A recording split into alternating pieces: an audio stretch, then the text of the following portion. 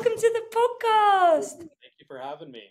How are you? Thank you for being here. Oh, no problem. This is when you asked, I was instantly in. I thought this would be a fun conversation, so I'm excited.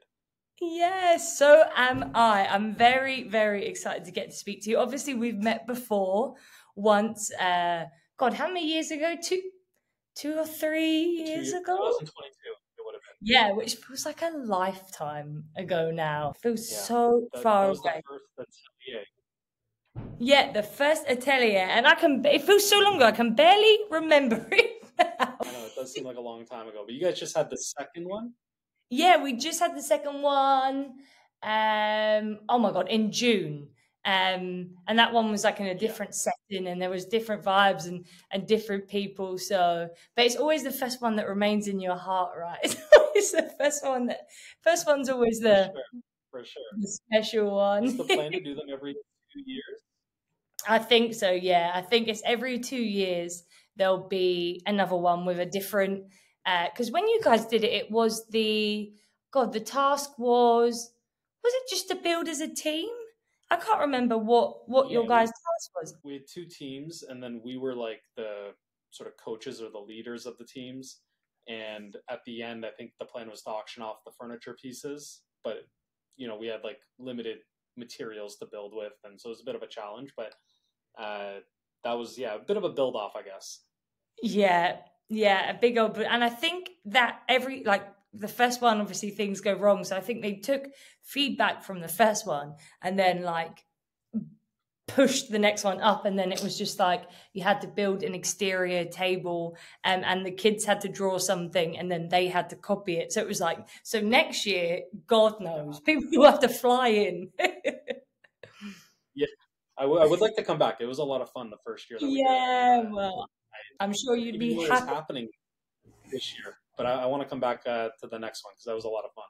Yeah, I'm sure you'll be happily welcomed back. I hope so. I think so. So, Jeff, for those who don't know who you are, can you tell us a little bit about yourself, please? So my name is Jeff Mack, and I started Jeff Mack Designs back in 2012. So we're coming up on our 12-year anniversary. Started as custom metal work. So I was working just out of my condo doing AutoCAD design and designing metal pieces, and I would outsource the metal work and the powder coating, and then I would deliver the finished product as a JMD finished piece. And that led to doing metal table legs for wooden tables, which I would post the finished table to Instagram, and then customers would ask, hey, can you do the whole table for me? So I would get the top made by somebody else, get the legs made, and deliver the finished table as a JMD piece. And that just kind of snowballed. So I had no wood experience at all when I started the business, and it started as strictly metal sort of design work. But I sort of fell into the woodworking side. So after a year of doing these sort of designed pieces that I would design in my condo and outsource all the materials, I ended up getting an order for 104 tables. So I needed to build 104 wooden tops. So it was 52 coffee tables, 52 end tables. So they weren't like huge tables, but I decided to, quote the job as if I was going to build it all myself. And I quoted in 6 months rent to the job so that I could have 3 months to build the project, like build the 104 tables, and then have 3 more months to find my next job. So that's sort of how the woodworking part of it started. It wasn't like I took woodworking in school or had any sort of like formal education on it. It sort of just all happened. So I got the deposit check for that 104 table job, and at that point I didn't have a shop, I didn't have a planer, I didn't have sanders, I nothing. I was working out of my 1-bedroom condo. So in this 3 months I had to get that job done, because the deadline was 3 months away to get the 104 tables done. I had to find a shop, order the equipment, get the material in, and during those 3 months I was also getting married and going on an 18-day honeymoon. So it was a bit of a time crunch. Always happens all at once. Yeah. So it was that's how I started. Like the first board I really passed through a planer was in my own shop.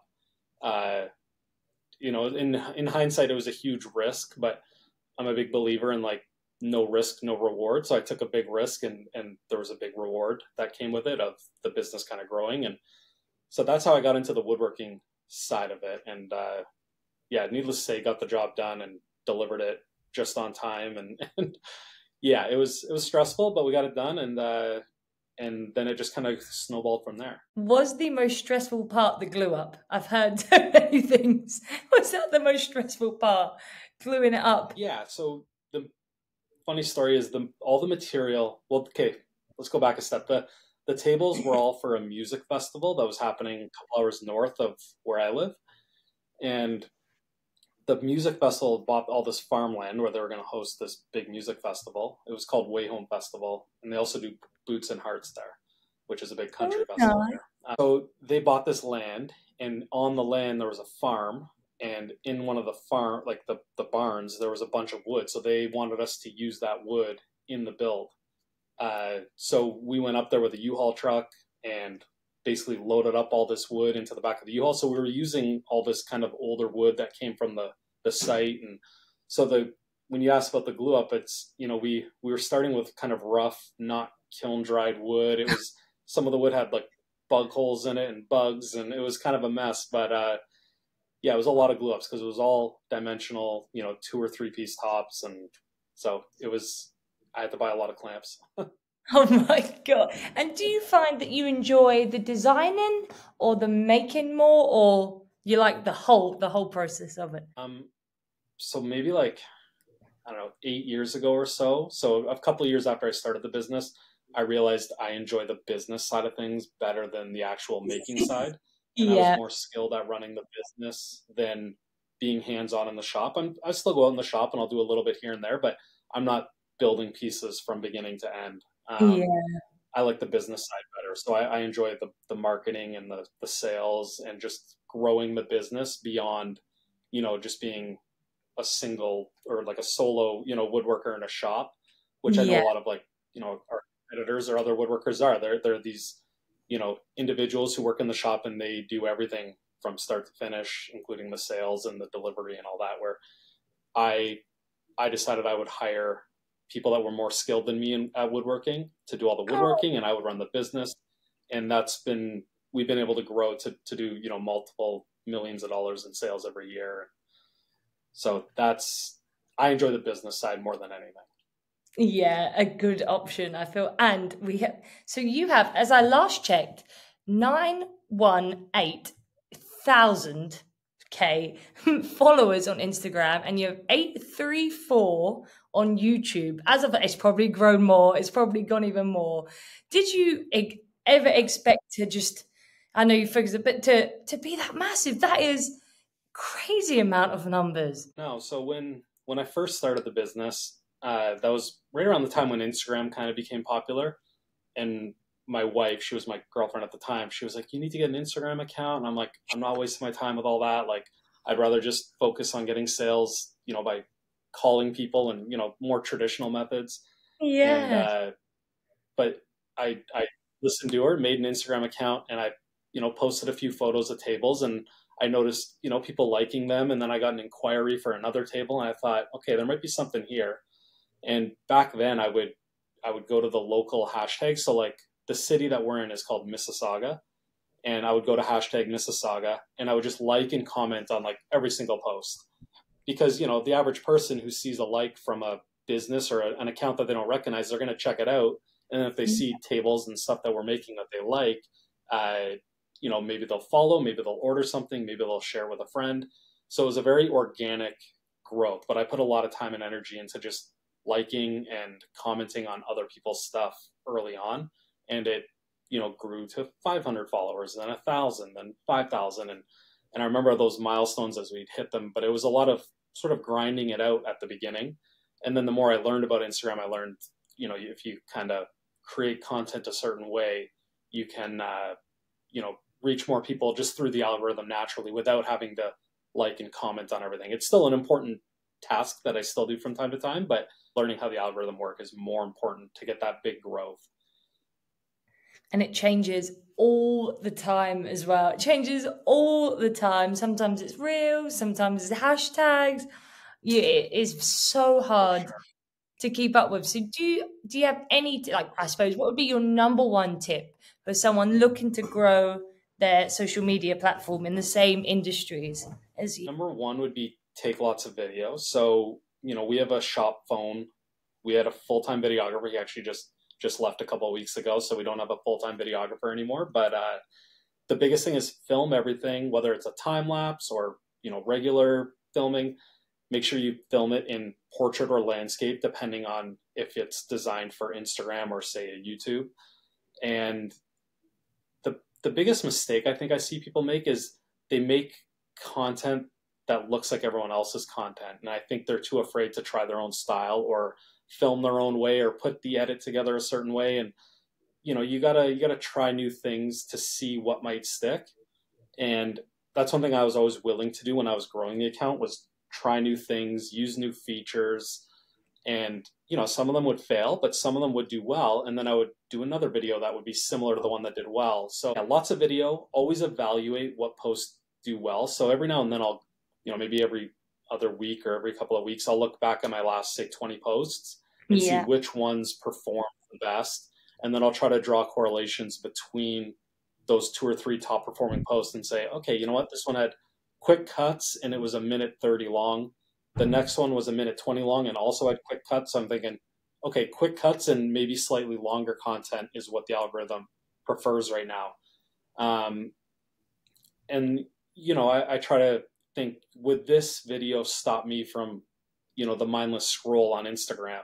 Or would I scroll past this video? And if the answer is I would scroll past it, then maybe it's not good enough content to make it on the page. And it's a lot of people, they make a post for the sake of making a post. And I've Yeah. been there before. You think, I've been posting a few days, I have to do something, but sometimes it's best to wait another couple of days until you have that sort of moment or that video or that piece of content that is actually worth sharing. Because a lot of people make sort of crappy content that is just not worth sharing, but they feel like they're stuck on the schedule. And I would try Yeah. not to stick too much to a schedule and focus on making content that is valuable, and whether it's entertainment or educational or a bit of both. Make sure that the piece kind of checks those boxes before just putting up some crappy video. Yeah, when it feels right, you'll know. That kind of vibe, like you'll know. And when something goes viral, do you feel it? Do you think this is gonna get a lot of views? Every now and then I can kind of predict it, but then the opposite happens too. I'll be like, this is the one, this is going to go crazy. And more often than not, what I think is going to go crazy doesn't. And then every Yeah. now and then I'll post something and I'll be like, kind of half happy with it. And I'll be like, you know what? I don't know if I should post this, but oftentimes I just hit post anyways. And then that takes off. And it's hard to predict, but I think as long as you're always trying new things and just putting content out there that you're happy with and stuff that would stop you from scrolling through Instagram, a lot Yeah. of people, they just scroll, scroll, scroll. And how do you stop them from that scroll? That's, the first few seconds is very important. Oh my Um, God, it's difficult. yeah, having call to actions is important because you want people to comment.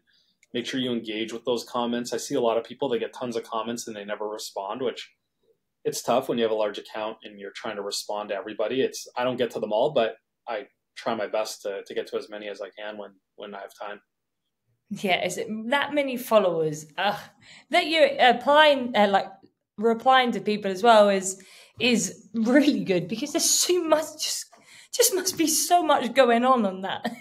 Yeah, but replying goes a long way because those people that leave a comment, they took time out of their day. And if a larger account replies to them, they typically remember that account a little more than the one that just ignored them, right? So it Yeah. may seem like a tiny task that you can ignore if you're in my position, but I try to always respond. And you know I'll respond to DMs unless they're like spam DMs. I'll just delete those. But if it's like a legitimate question, I'll respond to all the DMs. So if anyone has questions or like conversation in DMs, like I always respond, and it's always me. I don't. No one else runs that account. But it is a lot. But I think if you want to grow an account, you got to put in the effort. It's not going to come easy. There's no like shortcuts or freebies. No, and people buy from humans or like invest their time in people that are more human. So I agree with you. To have that common human aspect and to just have a big account reply, you just think that's nice. That's nice. Yeah, Leaves exactly. with a positive. Exactly. I know that you It'll are now more focused on the business side, and I know that So would you?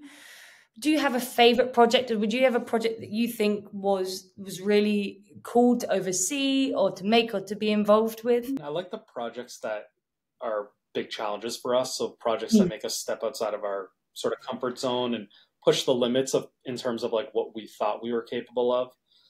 I think what we did a big project years ago. It was for the Montreal Canadiens, which is like a hockey team, an NHL team here, Yeah. and it was for their restaurant, and it was a bunch of work that we had never really done before, but I really wanted the job, so we quoted it all and ended up getting the job. But it was a lot of like sort of like cabinetry and more millwork than what we're used to. And when I first got the deposit check for it, I was like, "Uh-oh, how are we gonna do this?" Because we didn't have the machines that were designed for that kind of thing. And but we found a way, and it was a fun challenge. It was a lot of long hours because the deadline was a firm deadline. It had to be done before the season started. So yeah, in terms of like a specific favorite project, I don't have a specific favorite one, but the ones that really challenge us and make us step outside our comfort zone. Because oftentimes we'll learn something new, and even if it's not as profitable the first time, I know that the second and third time we do it, it'll be more profitable. But yeah, we worked with like a bunch of celebrities, which is always kind of fun, and a lot of them are super nice, and they're those ones are always fun. We did a table for the Toronto Raptors, which is our basketball team. So the table that the Toronto Raptors eat at before they go and play basketball is one of ours, which is kind of cool, knowing that before they play, they're eating at one of our tables. That is very, very good. Sorry, it froze there for a second. If I just went stone faced, but you're back, you're back. That's really, really cool. Oh, you're and Canada as well is just, side note, beautiful and lovely. And I would love to go. That's all I'm saying.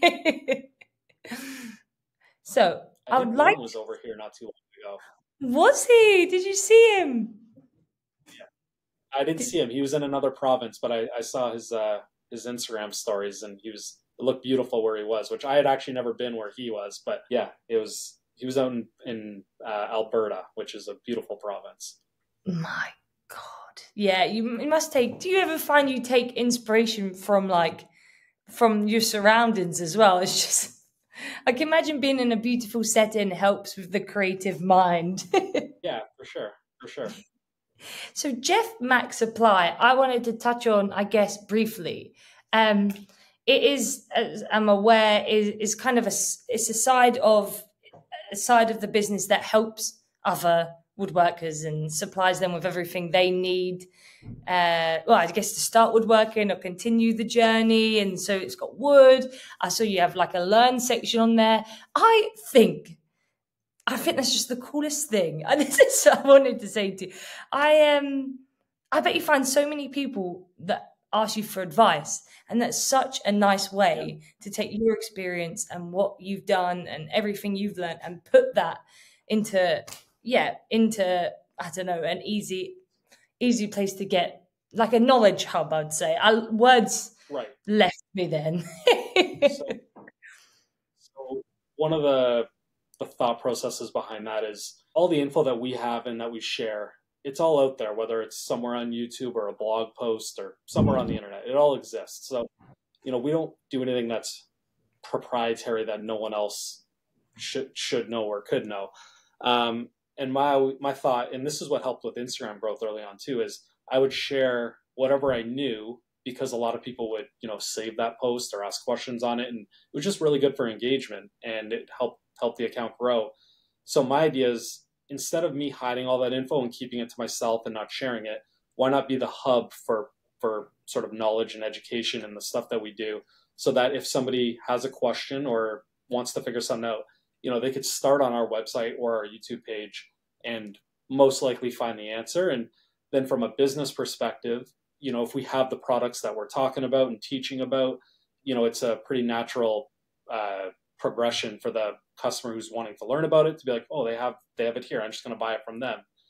And all the products that we sell are products that we use in our own shop. So, if somebody wants to buy epoxy on Amazon and then they have a challenge with it or a question about it, you can't call Amazon and get your answers. But, we answer phone calls all day, every day, Monday to Friday, if people have questions, and you're just not going to get that service from even a lot of our competitors wouldn't answer their phones, or sometimes they don't even have a phone number listed, but we've got phone number, email, whether it's Instagram, and we're happy to answer all the questions and help people along the way.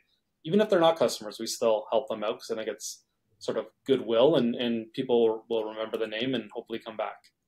Yeah, it's that humanistic approach as well. And I think that carries on over to your YouTube channel as well, because you've got a lot of how-tos. And I was watching one of your videos. I think you show a lot of things that go wrong as well, which I think is so important to show. I think you showed like $1,000 mistake. If that's right. Have I got currency right? My brain went Canadian dollar.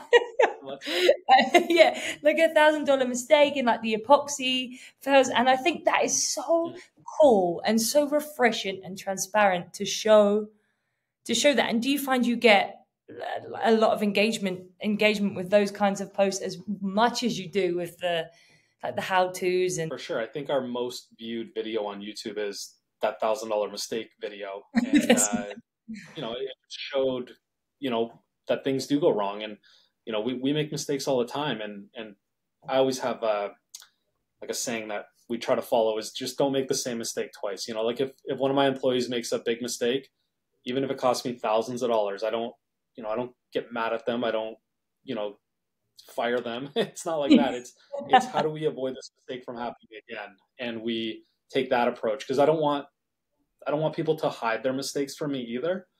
I used to work in a steel shop. That's how I learned the steel side of things. And they would make huge mistakes there, like $50,000 mistakes, $80,000 mistakes. And the owner never knew about it because they would hide it. And then the mistakes kept happening because instead of addressing the problem and fixing it, they just hid it. And then the mistake would happen again where, they lost so much money from these mistakes, like hundreds of thousands of dollars every year. And that always stays in the back of my mind where, mistakes happen. We're all human. But, what happened this time? Was it a lack of communication? Was it just, oftentimes it's communication. There's miscommunication. So over communicating often solves all the mistakes and the costly sort of mess ups.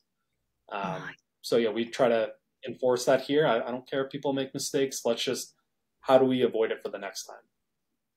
That is such a good leadership point. I was going to ask you later on, but I was going to say, what would be your best tip? Yeah, to be a good leader and to run a business. I guess that's one point. Do you have another? I think when you have employees, it's really important to see what makes them all tick and what makes them all happy, because employees were brand new to me. Like I was never the boss of anybody when I started the company. And so the first time I hired employees was the first time I was in charge of someone below me.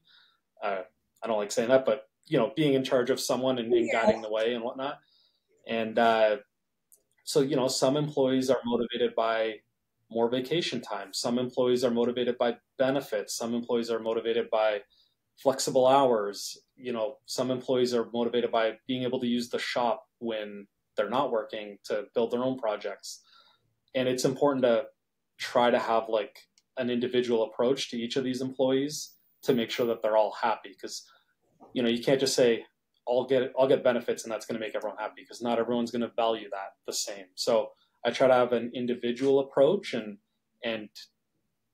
try to keep employees happy on an individual level versus like having one blanket thing that keeps them all happy, because it doesn't normally work that way. So in terms of like business advice from like a leadership role, I would say try to have individual sort of like relationships with each employee and individual sort of customized what's the right word, benefits and so on for each of them, to make sure that they're all getting exactly what they want and need and keep them happy. Amazing. And if, say, I don't see a world in which this will happen because I have no skills whatsoever in the woodworking. But if I had decided, Jeff, I was going to start a woodworking furniture business, where would I start? The first point, where do I begin? So this is something I think about all the time because a lot of my customers, it kind of relates to them. Let's Yeah. say everything I was doing fell off tomorrow and I'm stuck there with nothing. Like I don't have a job, I don't have the business anymore, and I got to start from scratch and I want to do it in the woodworking world. What I would do is I would start with smaller projects that require smaller tools and less expensive tools so that you're not spending $10,000 on day one because that's Yeah. not cost prohibitive. But you know, if you had like $500, which isn't too much, it's I would buy probably like a few charcuterie boards, just something simple. The like the ones we sell on our website, they're already plain, they're very DIY friendly. So I would start with a few products like that and a sander, and I would make charcuterie boards for realtors. So realtors, I don't know how they operate over there, but over here they often give a gift to whoever buys the home. So, you know, if you made a serving board or a charcuterie board with the customers or the home buyer's last name on it, and make that product available for realtors so that they can gift it.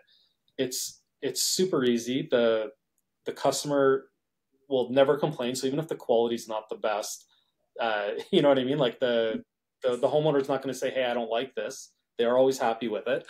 So even if your skills aren't quite there, it's a good way to kind of build your skills. And there's realtors, like thousands of them. So you could call them up. Hey, this is what I do. This is the cost. This is how you order.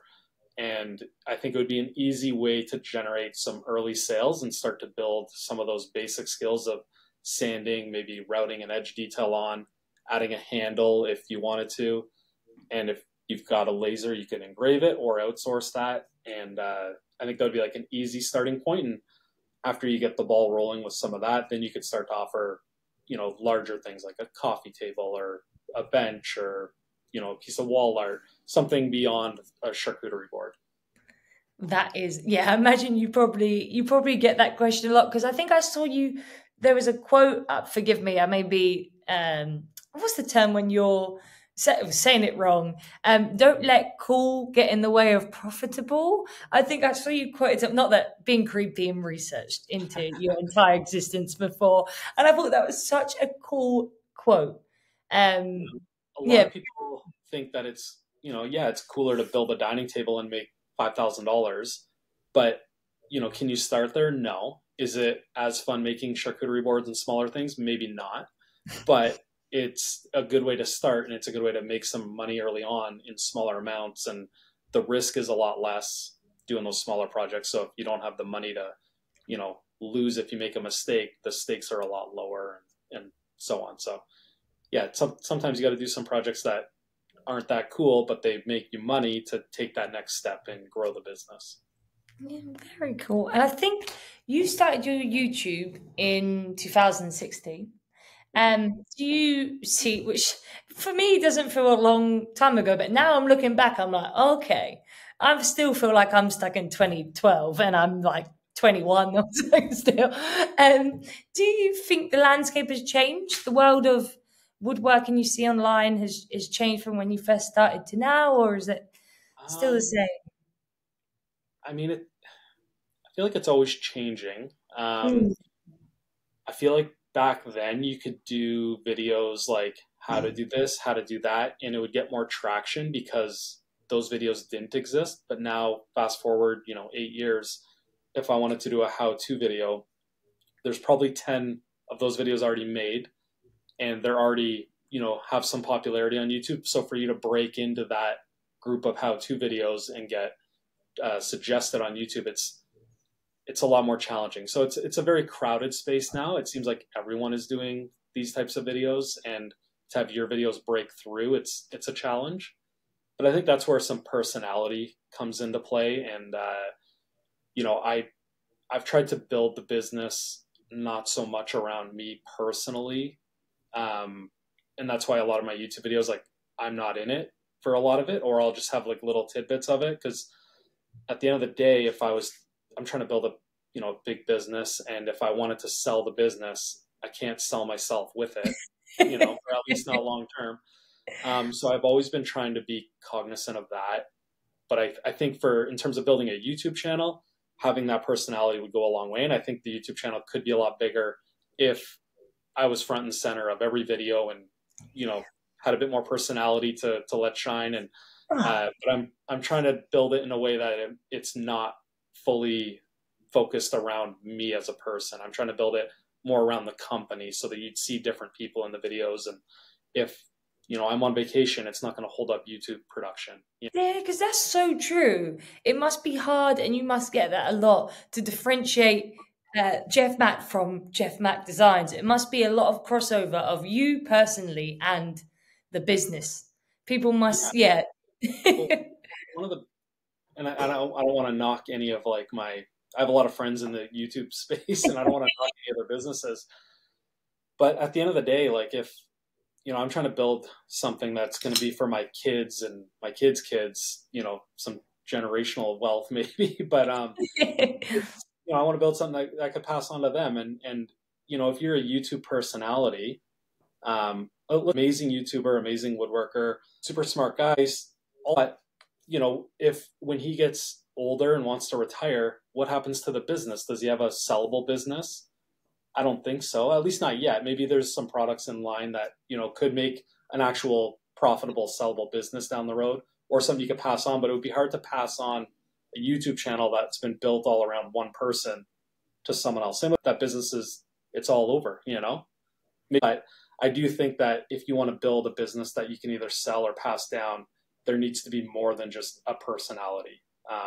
And I don't think that you should depend on a personality too much to the point where, if I got hit by a bus tomorrow and I was gone, my business would keep going. I've got all the pieces in place that it wouldn't all come crumbling. It would be still a profitable, good business that can carry on without me. And that's important to me. And I'm sure a lot of these other guys, that's not as important, where they have a business that they can pass on or sell down the road. So I've always tried to keep that in mind and be mindful of it. In hindsight, maybe shouldn't have named the business after my name, but it is what it is now. Yes. Could you have where do you think your business mind came from? Because you have such a business forward way of thinking. Could you put it down to something, or just the way you are? I don't know. Both my parents, my mom was an accountant and my dad was a shop supervisor in a metal shop, and neither of them are, I wouldn't say neither of them are business savvy. No one in my family owns business. I didn't take business in school. I took police foundation. So I was going in a totally different direction. And then I just started this. I don't know where it comes from. I think I don't know. I just figured it out. You're just born with the power to think business. Yeah, I think one of the biggest things with business is you have to be willing to take risks. And a lot of people, they're too afraid to take a risk because they think, what if this happens? What if that happens? Where I have the mindset of what if it goes well? Then, you can go quite far if these things go well. And at the end of the day, a lot of the risk is money. That's the main thing you would lose, plus a bit of time. But, you can always make more money. It's not the end of the world if you lose $1,000 or $5,000 or $20,000. So if you're willing to take a $20,000 risk, there'd be some reward.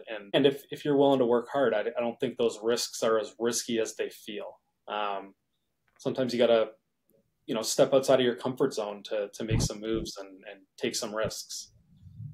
It's very, very impressive. Maybe you've probably already answered this, so forgive me. I think you have. But you're very successful, obviously, online, very successful offline, all lines. What do you owe your success to, do you think? Just hard work and willing to take risks. So before I had kids, I have 3 young kids now, so I work a lot less than I used to, but I used to work from 7 a.m. to 11 p.m., 7 days a week. And I was all in, but at the time I didn't have a job to fall back on. I had mortgage payments to make. I I started the business about 6 months after I bought my first condo. So I had these mortgage payments and there was no like failure was just not an option, you know?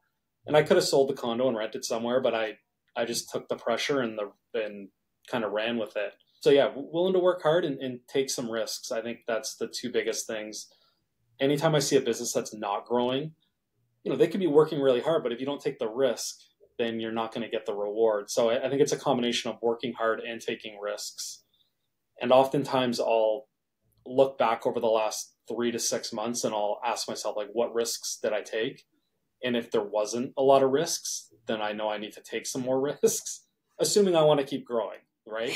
Where if I just want to idle and coast with what I have, then that's fine. But I want to grow and grow the company bigger and, add more sort of arms to the business, like the beaver dust pigments that we do and Empire Goods, which has templates and molds. I want to add more sort of arms to the business so that we're a little more diversified. Just, if one of those things kind of slow down, at least I have other areas to lean on to bring in money. And I feel like I'm inspired. I don't know. I need to do something. I feel inspired to take a risk, but I don't know what risk to take. I bet a lot of times people that are afraid to take risk, once they actually take the risk and they like look back on that chance that they took, it's way less scary than what they built it up in their head to be. It's more of a psychological thing. Like the reality of it, it's not that risky, even though it feels really risky and scary. And a lot of people they're afraid of failure. If their friends and family see that they failed at something, they feel like, they're a loser or something. But it's, I have more respect for them because they took a chance. Even if they fail 10 times in a row, they're trying. They're not just sitting on the couch watching TV, and the hardest step is that first step. You just got to try something and adapt from there. And then if that doesn't work, try something else. And you just got to take that first step. God, I love that. Will be the old Instagram snippet there when we post it. That quote from you, that was beautiful. That was seriously beautiful. And I suppose if you weren't doing what you do now in an alternate universe where wood or metal doesn't exist, what do you think you would be doing? Good question. When I was in college, I took police foundation, so I was trying to become a police officer. But I don't have any regrets of not becoming a police officer, so that wouldn't be on the list. I don't know. I don't really think about it too often. That's a good thing. I love golf, so maybe something golf related. I think I would be really passionate about anything in the golf world. I think that would be fun. Whether it's, I don't know what jobs at a golf course I would want, but or maybe running a golf course. I think that would be a lot of fun. I always think of that as like maybe a future project down the road. If I retire from this and I want to do something in the golf world, it would be fun to run a golf course. But outside of that, or maybe like custom home builder. I like that idea of like managing all the trades and, I like the creative side of that. And then there would be wood and metal involved as well. So probably one of those options. Oh, that's good. Yeah, I feel like anything in business you will thrive. You have such a determined mind and such a passion for what you do that I think it's just I feel like you'll be successful in whatever you do. So when you retire, if you retire, I would look forward to see what venture you took on next. And golf, I bet there's some beautiful golf courses in Canada. Yeah, there's tons of golf courses here. It's really, really big here, but I just don't get out enough between work and family life. It's like once or twice a year, and although I'm going on Saturday again, so I'm excited. Oh, so we caught you at a good time. We caught you before the golfing weekend. Yeah. Have you been anywhere around the world to play golf? No, I've only ever played in Ontario locally, because normally when I travel, it's with kids and it's hard to disappear for 5 hours to go play golf. It's a long process, golf. Yeah, it's not like you just go somewhere for an hour and come back. It's a bit of a commitment. No, exactly. I am only average at crazy golf. That is where my skills of golf end and begin. Is crazy golf like mini putt, you mean? Yeah, mini putt, yeah. Sometimes, I forget sometimes we have colleagues in other countries, in the USA and Belgium, and I say like Tesco. And I forget that no one has any idea what the hell I'm going on about because it's a shopping Yeah, shop, like supermarket shop. And everyone's right. like, this, like, I'm just acting like everyone knows what I'm Yeah. talking. Terrible, terrible. Do you have any recommendations for anyone listening that wants to go to a Canadian golf course? No, I honestly don't golf enough. I watch a lot of golf on TV, but I don't know. There's a golf course right by my house. I've never played it because it's really expensive. Um, it's called Glen Abbey Golf Course, and that's where they hold the Canadian Open. Some Oh, years, not every year, but that's one I do want to play, and I can see it when I drive over the bridge there. But it's like, yeah, in terms of recommendations, I think I need some recommendations because I don't get out enough. So well, if anyone's listening from Canada, they can drop us a comment. yeah, the golf course. And do you have anything coming up that we can look forward to? Perhaps the next YouTube project? Anything coming up that we can keep an eye out for? Um, Nothing too crazy right now. We with our videographer who just quit, we have two YouTube videos that are scheduled. One for August 8th, which is tomorrow. Nice. So we have that one, and then we have another one scheduled for September, and then there might be a little break on YouTube just because I got to figure out whether or not I'm gonna keep going with that sooner than later, or if I hire another videographer, or if I try to film and edit YouTube videos again because that's what I used to do. Um, but no, right now so the business. There's sort of four sides to the business. We have Jeff Mack Designs that does the furniture and the Yeah. custom projects. Jeff Mack Supply that carries all the products, the wood, epoxy forms, pigments, Rubio. So that's just kind of cruising along. We're always trying to build on our sales there. And then Empire Goods, which is our templates and molds, and Beaver Dust, we're trying to build out our dealer network for those. So currently we're in, I think, like 32 or 34 dealers sort of across the world, mostly Canada, USA. But we're trying, that's kind of our main focus, is to build out that network of dealers. So I think we have one in France. I think we have one in the UK somewhere. I don't even remember where now. Somewhere. We have two in Australia, and then the rest are Canada, USA. So basically once a month or every month, we try to add a new country, and then we try to add a few more dealers in Canada and USA. So I think next we want to tackle like South America, try to get into like maybe Brazil.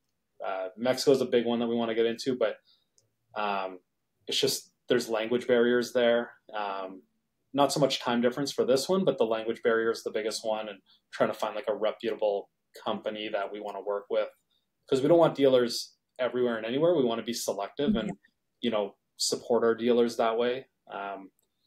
Kind of like the way Rubio is. You guys you won't just sign up anybody as a dealer. It needs to be a credible company, and they have to have the means of providing customer support and do all the things. You're not going to sell Rubio at a wholesale level to someone in their garage.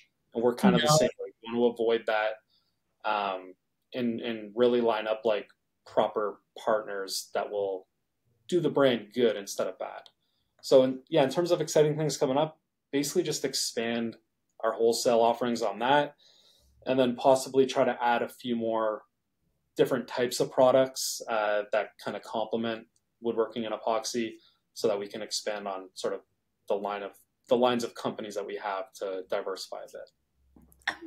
And how do you manage a work-life balance? Because you must be the busiest man alive. How do you So manage having? Because I know obviously you said you can't get out to play golf much. But how do you manage that? I couldn't get words out then. I was so like, I work Monday to Friday. I haven't worked on weekends since I started having kids, which was 7 years ago. So I yeah, haven't worked a weekend in 7 years, which I tried to make that like a firm stance so that I didn't get too caught up coming into work all the time. yeah. And then, I get up at 6 a.m. I'm at work by about 6:30, 6:40.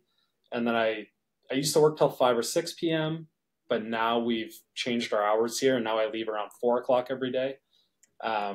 Just because like kids have soccer and this and that. And Yeah. when my wife's working, sometimes I got to pick up the baby at daycare. And so with life with kids is taken away from work time, but I try to delegate a lot of tasks to the employees and not be afraid of them, messing things up. Yeah. Which allows me to go on vacation or take a day off and do other things.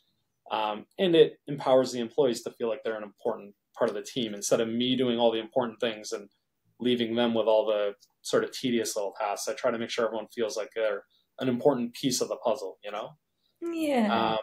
But yeah, in terms of managing work-life balance, I don't work on weekends, and I'll stay late when I need to, but if it means getting a customer's job done or not, or there's some things that you just can't ignore and I got to stay late for, but most of the time I try to leave at a decent time, and I couldn't work those like 16-hour days forever. It would have been too much. So that's kind of how I balance it. And at the end of the day, I try to have the mindset of like, sometimes some things won't get done, and it might be, I'll never we'll never let a table be late or a customer's order go out late. But, if there's an email from the day before, it might get answered the next day, and it is what it is. It's not the end of the world. But I'll also, like, if I realize there's emails lingering in my email and I know that I'm just procrastinating it, I'll delegate those emails to somebody else because they'll do it quicker and that'll be better for business. So anytime I realize I don't like doing something and I'm not being efficient at it, I'll delegate it to someone else who kind of wants to take it on and add it to like their scope of work. And that's sort of how I manage work-life balance and making sure everything gets done in a timely manner while also having time for myself and family. Amazing. Well, thank you for taking an hour out of your day to speak to me. Jeff, I could speak to you all day.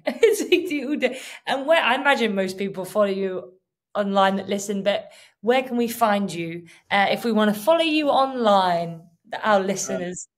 So we're probably most active on Instagram, the @Jeff Mack Designs, or @Jeff Mack Supply if you're into woodworking and doing your own projects. The Jeff Mack Designs page is more like finished tables and showing the process of building the tables. And then we have Empire Goods Co., which is our Instagram account for the molds and templates.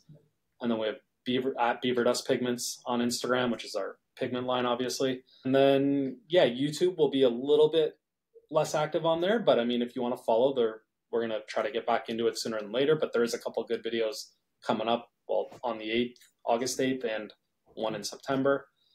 We also we're on Facebook as well. So there's some longer content on Facebook of these video builds and table builds, a little less say educational and more just like satisfying, easy to watch videos. And then, we're on TikTok, but we haven't been active on there in years. So don't bother with that. But yeah, that's basically where you can find us. Amazing. Jeff, thank you. Honestly, I could just keep talking to you and I'm aware of time and I'm like, right, Olivia, be quiet. I really appreciate you taking the time. Did you have any other questions? I got time if you have other questions, or I could just chat to you about everything. That's all my questions, but I added extra questions along the way. I just kept going. You said something, I was like, right, I need to ask about that. I need to ask about that. I need to ask about that.